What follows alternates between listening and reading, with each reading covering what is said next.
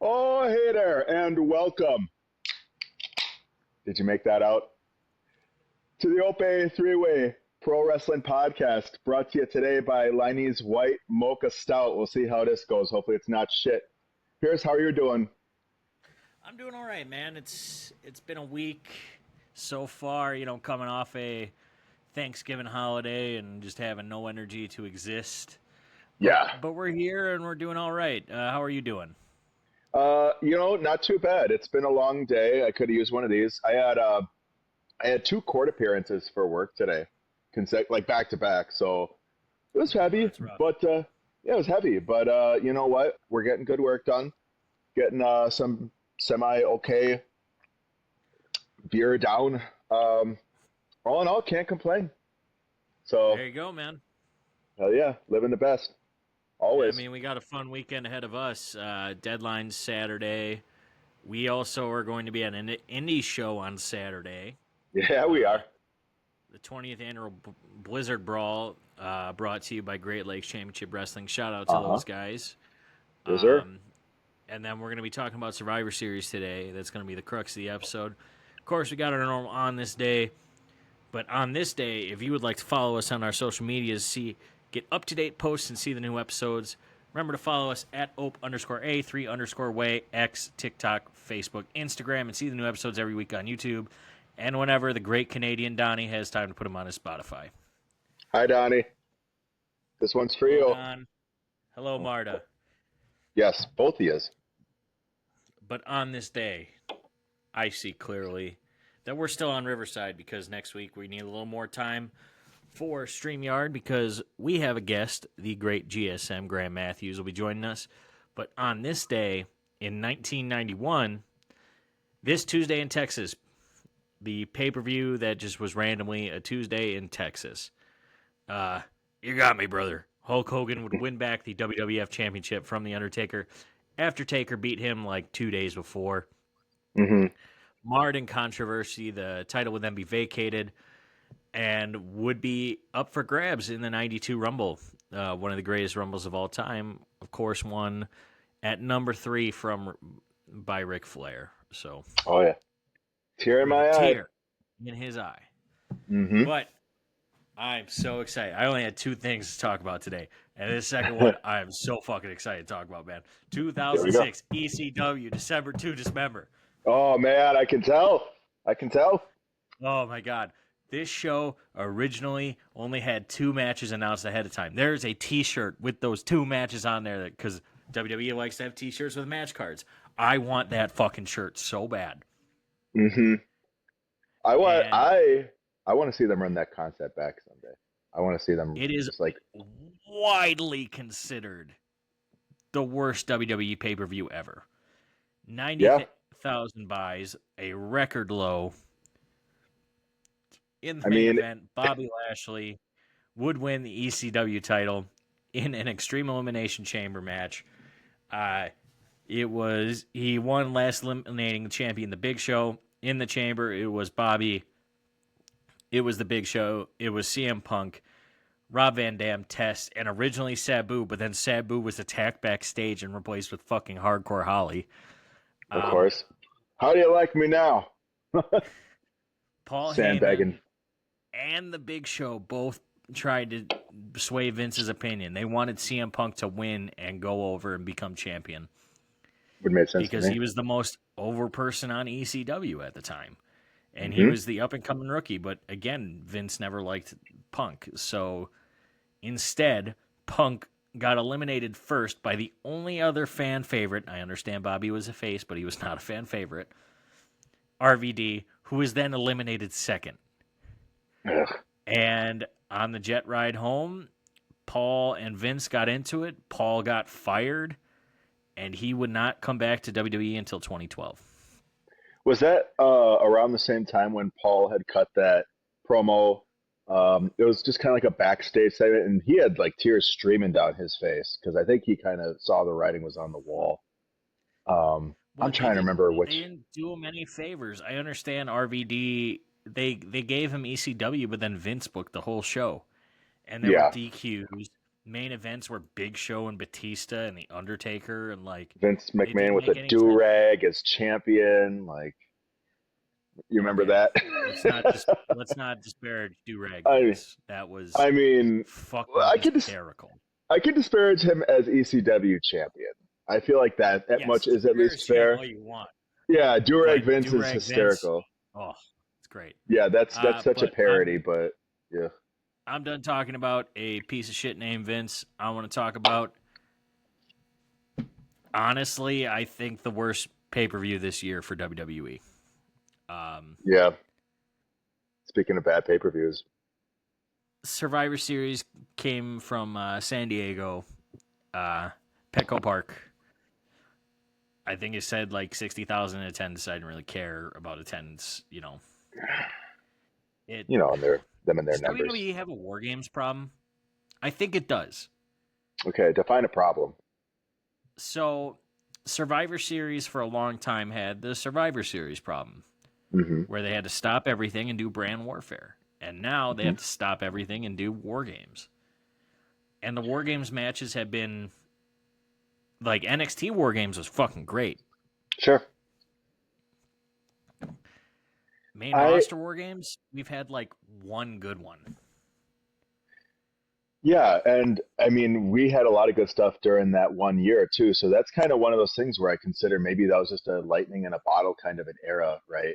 I feel like the war games, especially now when you have blood and guts as kind of a competitor to that, like I feel like, well, it's a couple things, right? Like blood and guts is there to be blood and guts, and then with war Yeah, games but in Blood and general, Guts, what the match kind of the thing is, with that, and I apologize for interrupting, the thing with Blood and Guts, it doesn't always happen the same time of year. They'll no, it throw don't. in Blood and Guts when it's necessary. Sure. They don't just be like, hey, it's Blood and Guts time, let's get some teams. Kind of did that with the Hmm. women's match, but the women's match fucked. Like, are we going to Hmm. sit there and say it didn't? Right. Because it did. But Hmm. women's match for the War Games, which is the first match we'll talk about, did it fuck? No. It was pretty Mm-mm. fucking boring if I'm being 100% honest. It was. Like Agreed. 41 minutes, 10 seconds. Team Rhea, AJ Lee, Alexa Bliss, Charlotte Flair, Io Sky, and Rhea Ripley defeated Team Kabuki Warriors. The Kabuki Warriors of Asuka and Kairi Sane, Becky Lynch, Last Legend, and Nia Jax. I like it. It was 40 minutes, and there wasn't anything very like the best part of it was probably Lash showing out. This was Hmm. a Lash Legend show out match on the main roster, and I think she did just that. Showed she's Yeah. going to be a big player sometime soon. But Hmm. like, I mean, I popped for Rhea as Terrifier. I love the Terrifier movies. If you've never seen them and you don't like gore, don't watch them. You will puke. Um, Speaking right to me. they are they are the bloodiest fucking slashers ever. Like, it's not even a question. Oh Marky yeah, no, Clown is it's a terrifying motherfucker, very but bad. also like wildly entertaining. Mm. It's I liked AJ Lee having to climb the cage. Like, I like the finish for the most part. But I love the EO wee spot. But they got her up on the top of the cage, and then all the heels, they didn't pick the heels up and put them there. They all just stood up. The faces were watching them stand there. Why didn't the heels just walk away? Like, A many fabled question, right? it's That spot, dude, and this is where we're talking about. You were talking about TKO living for the moment, right? Like, and you have spots like that really make no sort of sense. Like, can a spot like that be set up to resemble something kind of pseudo realistic? Sure, but like WWE has this bad habit, and now I'm seeing this kind of with war games in particular, where they know they have the star power in the match already, which is why I think they don't go balls to the wall like they could with, like, say, Blood and Guts, because you don't have the same kind of star power, right? Like, I feel like you get these people, especially this year, who have such notoriety, who get paid so much, where it's like they are an investment through to WrestleMania, where you're not trying to put these people in a situation where they could get like really badly fucked. No disrespect to Braun Breaker or anything like that. We'll talk about that later. But I'm like, we're putting the detraction with putting all these megastars in a match like War Games is like you kind of know what you're going to get from it. You shouldn't really be able to predict War Games to such a degree, I feel, when there's that many variables involved, in categorically speaking. But then again, the star power that's in the match, the investment that WWE and other companies, TKO, advertisers, whatever, are making on these people to last through to WrestleMania and go through storylines and all that other shit. Um, I feel like it kind of takes, and then right, like when you have a spot like with Io Sky, how much, and she's very valuable. Like everybody says she's one of the best female wrestlers in the world, never mind in the company. So then we have her doing this crazy ass spot off of the top of a cage every single year.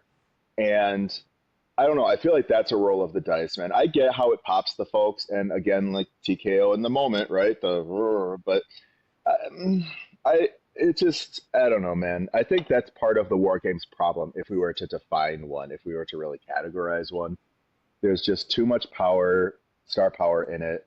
There's too much investment in it for it to really go kind of balls to the wall. And there's not any real reason for them to. There's no stake in it, you know? There's just no stake. I think this would have been better as like a traditional Survivor Series match. If I'm being It'd have been just fine. It would have been absolutely fine as a traditional Survivor Series match. In fact, it probably could have been better. War Games. It relies too heavily on the gimmick. And imagine this. The end of the match, it's Charlotte and Rhea for her team. That would have been a lot more compelling as a match. Yeah. I'm sure I know AJ Lee, tapping Becky is one thing, but like Charlotte and Rhea having to finally figure it out for this match would have been a lot more compelling in a traditional Survivor Series match. And I think it would have worked a lot better. Yeah, I agree.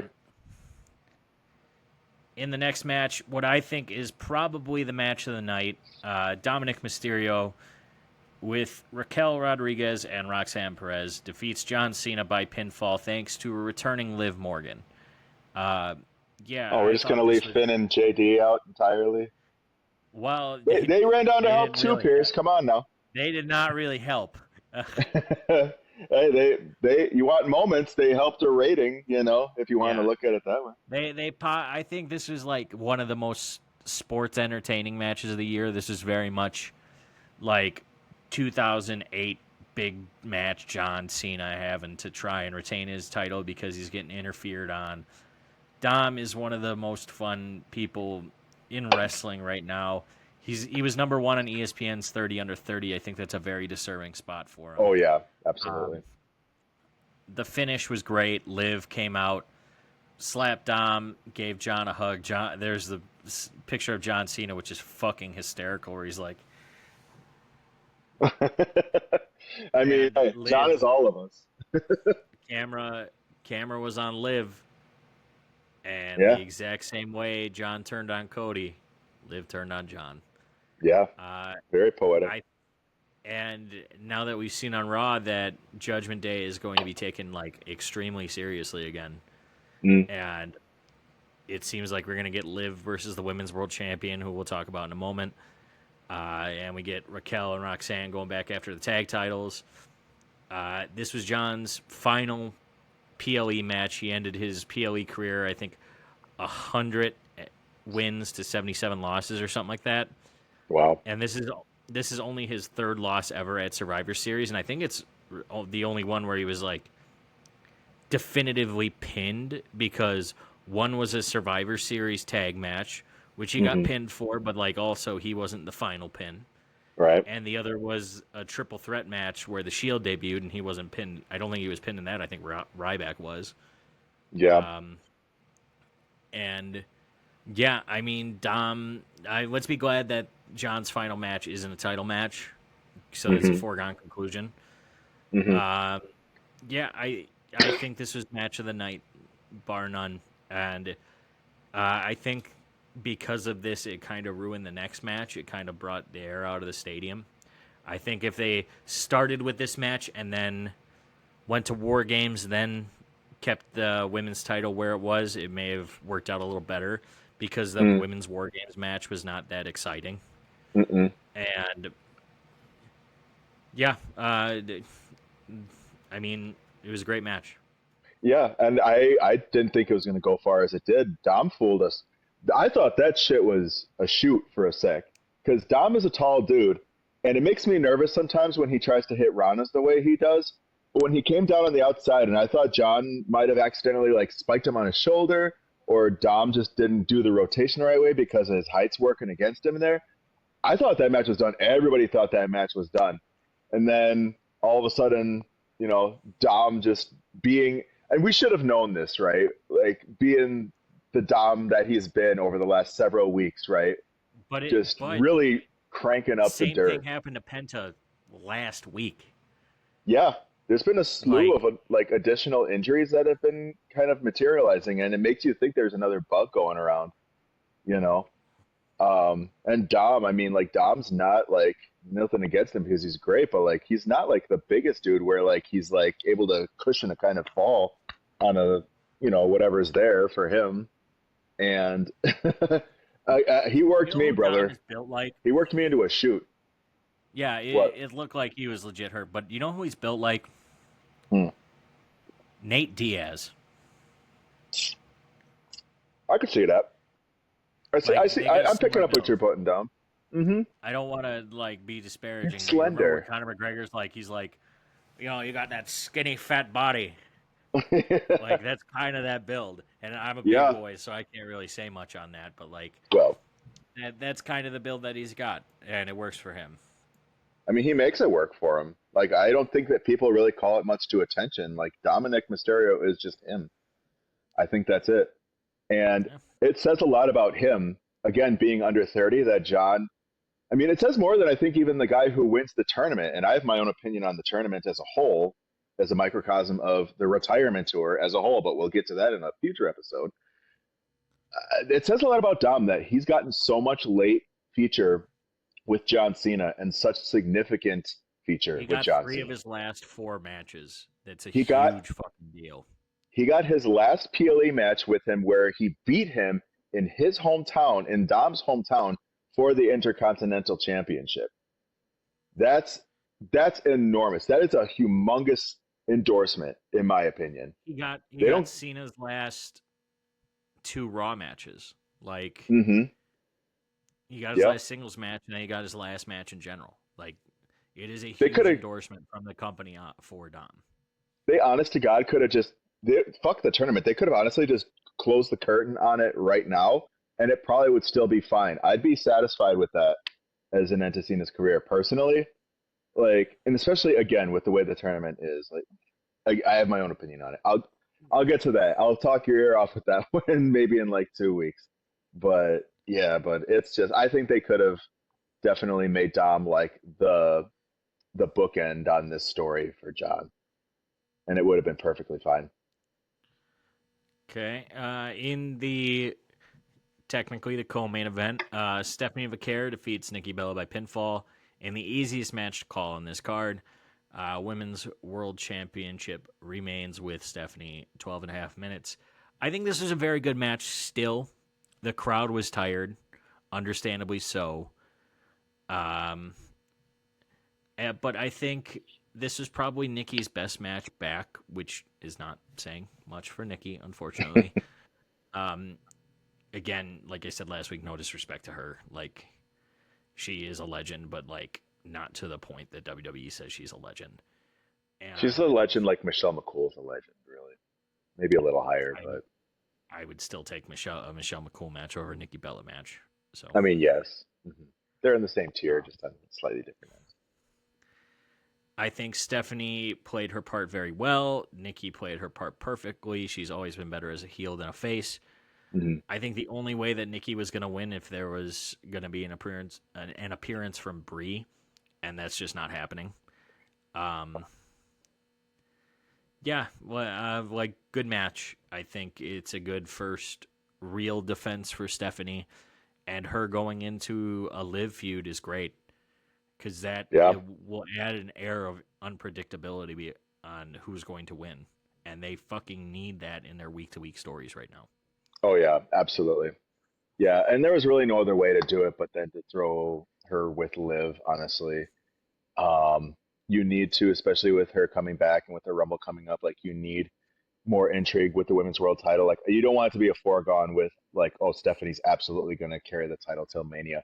I feel like they have that enough going with the men's titles, frankly, where there's just too much of a predictability. And I said this in our chat too. Well, we'll talk Um, about it in a minute, but that may I not be mean, the case for the World Heavyweight Championship. we'll see. It's yet to be seen, right? But I mean, I think to your point, like for the women's division, I feel like this was definitely a jolt in the arm. I felt like, especially following a Nikki Bella defense, like they need something to kind of counterbalance that. Um, and especially going into Rumble season and going into Saudi Arabia, where Liv Morgan won the Crown Jewel Championship, the Women's Crown Jewel Championship last year, that creates another level of intrigue on Pretty top. sure she won the world title in Saudi as well at Liv Morgan Night had. of Champions or something. I think you're actually right. Now, if I think back, because I want to say it was maybe the year before. Let me I have to take a do, look. according to my research, I I want to recorded say off my that's right. laptop, so I have the availability. Liv Morgan is only 31. Holy shit. Mm-hmm. Um, she's Would you definitely think she was older? yeah, because she's been in WWE for like 11 years. Oh yeah, but dude, you figure how old they're hiring a lot of these. They got chicks coming straight out of college, you know, and guys too. But Yeah, she won it at King and Queen of the Ring, there you go. 2024. So Hmm. that's a she's like the female Seth Rollins when it comes to Saudi Arabia. I feel like that's accurate. Yeah, I think that's a good comparison. They love But her over there. let's head to the main event. The Vision, Braun Breaker, Bronson Reed, and now Logan Paul, who is officially a Hmm. part of the Vision. Love it. Drew McIntyre and Brock Lesnar, which is still fucking weird to say, defeated CM Punk, Cody Rhodes, the Usos, and Roman Reigns. 40 and a half minutes. Again, it was it was predictable, but it wasn't because like either team could have won, but Hmm. like they needed to put a stamp on the Vision, especially the Braun Breaker led Vision, and Yes. they did it, but they did it in the wrong fucking way. They did not need an interference win. They needed I'm, Braun to just kill everybody. oh, and that's fair. But I mean, you also had Brock in that match too, and I was expecting Brock to kill everybody. I for He one did. thought the Vision might. I mean, yeah, he did for a bit there. It was great. I thought the Vision were gonna almost be like overshadowed by Brock being in there. I did. I was curious to see how Brock and the team dynamic, especially the larger team dynamic, was gonna go. Because I think you said it first, and then Cole said it. Like Brock hadn't been in a tag match of any kind since 2004. 2004 in WWE, but 2006 in general. The last person he teamed with was Shinsuke Nakamura in New Japan, Yeah, which I is do just recall that. hilarious. Um, Yeah, yeah. And he beat the shit out of him. I'm pretty sure. 2004, I would assume it was probably like Kurt Angle or Yeah, somebody like that. yeah. Because you figure Um, '04, that would have been like about WrestleMania 20 time, a little before. So but yeah, I mean, it was fine. I know you don't like the Yeet, but the rolling it back, it's nice to have some fun in WWE because there's not a much of it. he's having fun, Michael. I don't know. That was the first thing that And came then to my mind. I'm sorry. having that end because Brock's music hits is just the perfect way to end that. Yeah, yeah. Party's over. Yeah, I was gonna say party was over, Grandpa, but Jay ain't quite there just yet. He's Unk, but he ain't Grandpa. He ain't Hulk Hogan. No, That was a he's great. That Unc. was a great line though. He's Unc Jay. It's But very much like yeah, it's a good way to do that. I know you don't care for Jay, and that's fine, but like he's over as hell, like it or not, mm, and it's more the nothing much internet though. doesn't like him, and the IWC is 95% of the time fucking stupid. So, See, well, because here's the I've thing. seen It's that same phenomenon, right? Where it's like you get people in a crowd and they think one thing, they'll tell you one thing, but you get them alone and then you ask, okay, let me know what you really think. That's the way I kind of see that. If you're asking me personally, crowds there is got to nothing pay attention to in crowd wrestling psychology like Jey Uso's entrance right now. until the next thing that Nothing turns out to be like Jey Uso's in entrance. in the crowd, there is nothing like it. There You is an remember electricity that Fandango? you just. Da, da, da, da, da, da, da. Yeah, Shout out to Johnny Curtis. He is going to be retiring this month. yeah. Going for the TNA International, no, the World Championship against Frankie Kazarian too at Final Resolution. Sorry, cheap TNA plug. But They had some good news too, by the way. Braun Breaker almost killed himself. And CM Punk almost killed him. That was CM Punk's fault. Braun said so. That was gnarly. It was. I was so scared. But it was. I didn't care for the interference. I don't care who it is. You don't? Really, it's probably theory. I don't care who it is. Like, I hope it doesn't matter if it's theory or not. Like, because theory's not going to add anything to the vision, I don't think. And they're like, oh, it's Seth Rollins. It's Seth Rollins. Who gives a fuck? The interference didn't need to happen. The point of Wargames is to stop interference. Yeah, but they don't cover the roof though. That's the flaw in that design. So yeah, but it's anybody can jump that fucking cage. Well, yeah, no, I agree. But then maybe that's again looking at a War Games problem that maybe has a couple different facets, right? Like maybe that's something to be addressed in the future. Maybe they should seal it off with barbed wire. That would be fucking rad. It was a match that happened, and I shouldn't be saying that about a War Games match. There was some blood, which was interesting. That was like the only very cool thing that happened besides the finish where Braun pinned the world champion and is now getting a world heavyweight championship shot at the first Raw of the year. Cut probably the best promo of his fucking career on Monday. Mm-hmm. Like to this point, yeah. It was whatever, and I hate saying that about a fucking War Games match. Again, look at all the stars you got in that match, though, bud. Like you got CM Punk and Cody Rhodes, like the two flagships of their respective shows. You got Roman Reigns, the de facto face of the company. You got the Usos, who Jay you can do whatever with. Jimmy's there too, right? But like the greatest tag team on earth, like you can put them together whenever. It didn't matter how over Jay is or what he's doing. They could put him with Jimmy and run it back, right? Huh? FTR exists. Let's pump the brakes on that. Well, and we can get into that debate too. FTR is great. I would argue that they're probably edge the Usos out a bit better, but in WWE world, the Usos are the goats. In WWE world, the Usos are the greatest tag team of all time, bar none. Yes. There's no. Oh, absolutely. Yep. Agreed.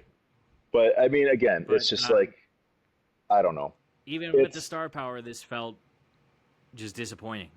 Like I'm just so sick of it, and it shouldn't get like that. On the rating side, honestly, I'm giving it a 3.5. Like I was very disappointed in this show.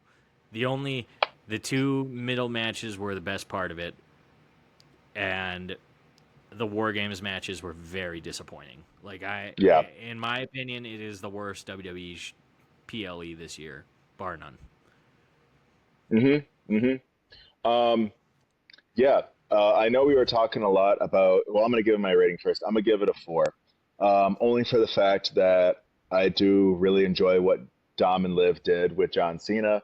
I enjoyed watching that match and just kind of experiencing that from the seat, and then knowing like what that meant for Dom and his career, knowing what that meant for us as fans, seeing his last match, and kind of to go out with some, at least in the PLA sense, to go out with some good like narrative pros, right? Like paying John back the way he did all of us back in February with the Chamber. We were talking about this whole month, I feel like, the Blood and Games versus War Games, the Blood and Guts versus War Games. I almost said Blood and Games. I feel like Blood and Guts really took the edge this year as far as it cleared what they put out. It wasn't even close. They fucking lapped them, in my opinion. Yeah. So, I mean, we can see how that goes going forward, too, because I feel like there's a lot to be said. Depending on if they want to run it back-to-back, I feel like if they want to be competitive about it, it wouldn't be the worst thing in the world, especially considering, how everything kind of panned out in the end. And people, I think, online and when you look at crowds, I feel like unanimously, people will just say that Blood and Guts just kind of edged out, if you're really being honest. But yeah, this year they absolutely killed it. They absolutely killed it. And they got to figure. You're right. They have a War Games problem. WWE does, and they need to figure how to if they're going to continue the concept on an annual basis, which I think they could do. I think you can still build intrigue around a War Games They concept. they need to go the Hell in a Cell route about it. Take it off a name pay per view. Do it when it's necessary. Yeah, I mean you don't want to run the risk of everything becoming too annualized, right? Like they're doing that with the Chamber now, which is fine. They do that with The Money in the Chamber can Bank, be which annual. is fine. That's like the Yes, only event besides Money in the Bank for and the like Rumble special and the King of the matches and the Ring. Rumble. Yep, You King of have the Ring. four specialized matches. King of the Ring is not a specialized match, that's a tournament. It's a completely different thing. Well, They it's should I'm run that speaking in every terms year. of an annual, right? Money in the Bank should be annual. It makes sense to do it annually because of Yep, the gimmick. exactly. Elimination Chamber, could they stop running that annually? Sure, but it also makes sense to do it annually. Hmm. And of course, the Rumble. Of course. The only PLE that everybody is excited for, even more than WrestleMania, guaranteed. Hmm. Oh yeah, definitely. But War Game, they need to pump the brakes on War Games a little bit. Or figure it out, but one way or another, it's either got to get better, or it's got to go. I agree. All right, and we're at a deadline for Survivor Series and going on to the beside probably the show I'm most excited for December besides Saturday night's main event. Hmm. Deadline Yeah, in the men's Iron Survivor Challenge, which is another match due yearly because it's a fucking great concept. it is. For an NXT Championship match at New Year's Evil. Javon Evans versus Leon Slater versus Joe Hendry versus Dion Lennox versus Miles Bourne. Dion is no longer a tag team champion. He gave it to Squan, Saquon I believe, Sugars. Yep. Yep. Saquon Sugars. because Dion wants to go on the. I like that they're not doing the Freebird. That is a unique way to do this. Hmm. Um, I think, assuming that the NXT Championship is retained in the main event, which we'll get to in a little bit, I think the most fun option right now with what we saw on Tuesday, give it to Miles Bourne. It'd be interesting. I mean, especially he's been on something of a tear. Like he's been featured pretty heavily. You could definitely make a hero out of him for sure. It'd be a We fresh we met idea. him Mania weekend, Hmm. and a lot of people were kind of skipping him to get to Charlie and to get to Tavion. Tavion. And like since then, his stock has risen very, very high, and Yeah. rightfully so. He's put in the work, and he is a unique talent, despite looking and wrestling like a completely different talent. Young RKO. But him being deaf and like giving a spotlight to differently able people, I think that's a Yeah. very good like spotlight for him, and I think Iron Survivor winner this year is the right choice. They could 100% give it to Javon or Joe, and I'd be fine. Hmm. Dion is a dark horse, but the only person I think is guaranteed not to win is probably Leon Slater.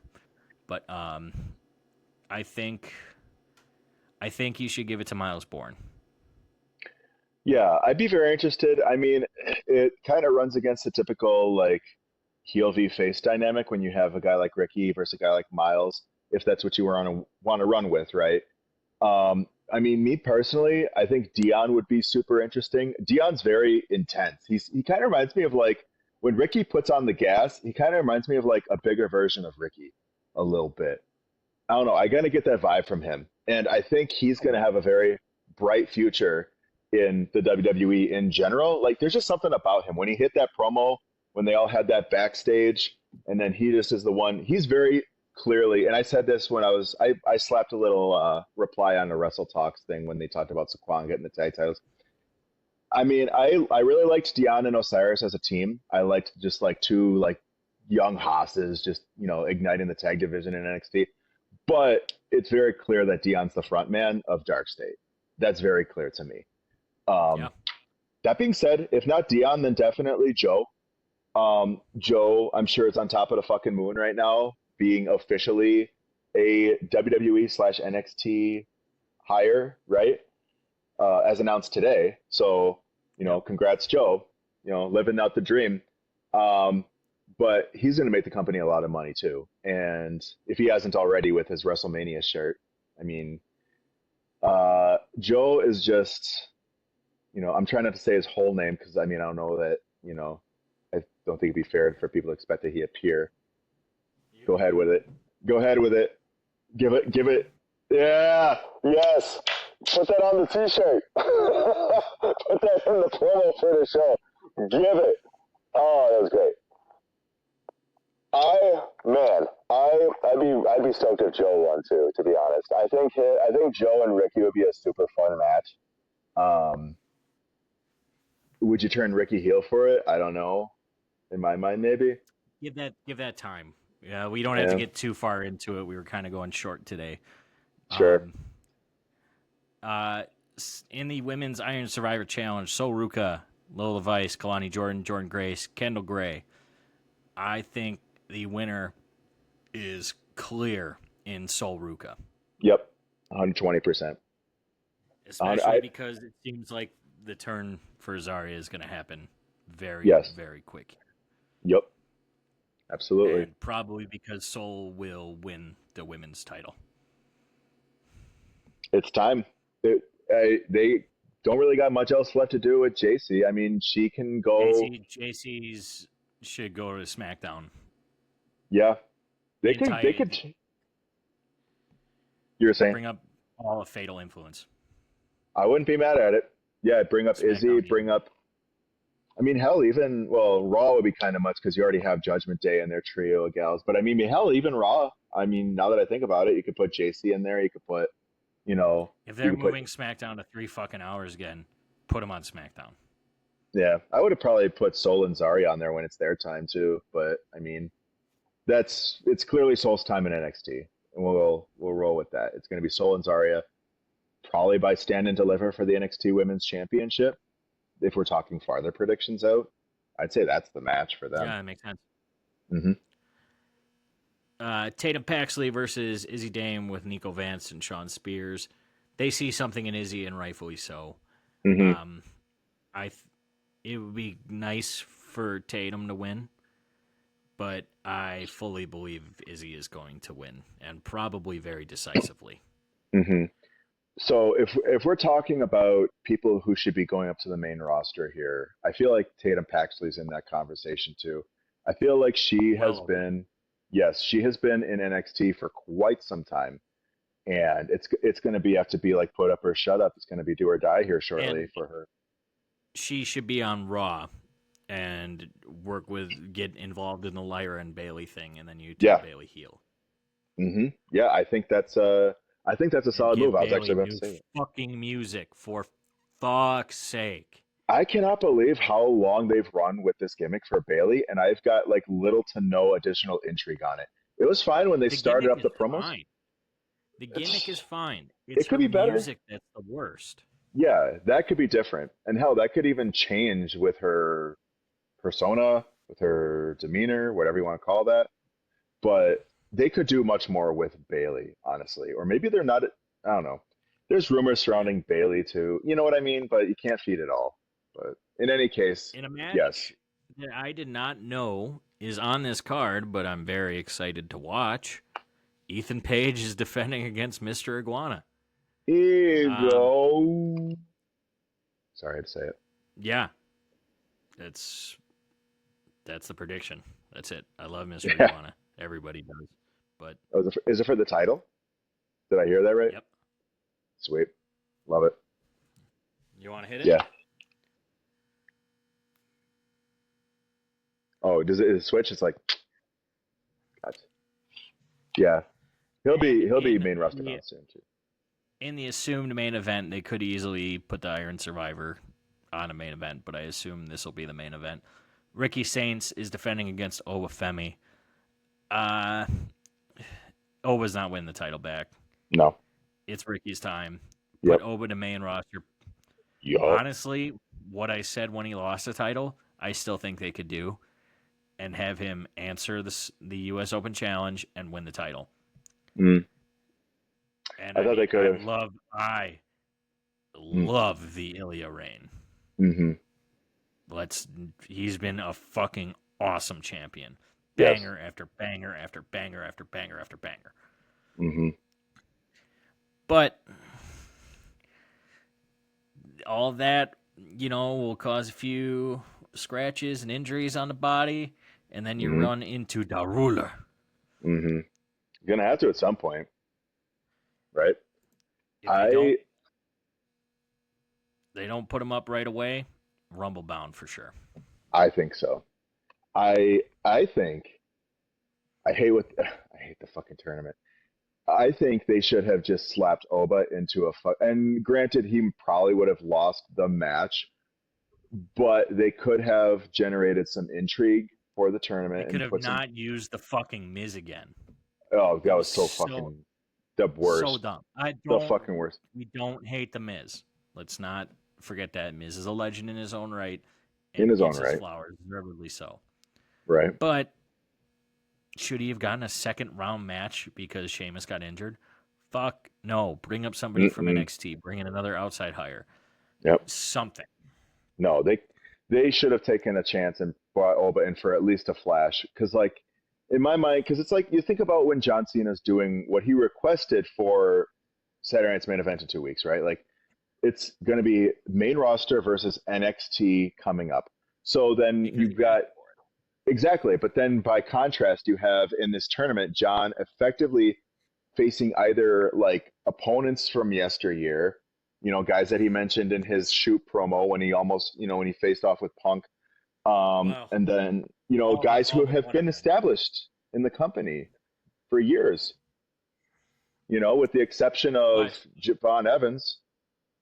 there's now a little. I think it's still probably going to be Gunther. We don't have to get too far into it, but there's more intrigue with this finale. Yeah, There's I quite get a bit. okay. I mean, I guess we'll talk about that a bit when we talk to old GSM from Wrestle Rant, I believe. Yeah. Yeah, and we'll probably talk about it tomorrow because this is not the only podcast we're doing this week. That's true. That's very true. We are Got to joining get my cone. our friends JPJ and Pluggo on Between Two Beards. We are so excited. Thank you guys for the opportunity. It's going to be a blast. And I think maybe for if I could throw out a line right now, maybe for the Saturday Night's main event review, maybe we get the biggest Cena superfan I know, and we see if Wells Mania has some availability. I mean, if you're hearing this, Wells, we're certainly not saying no.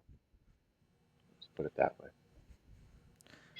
But that about does it for the show, unless you had anything else that you wanted to bring up before we wrap this up like a Christmas gift. Mm.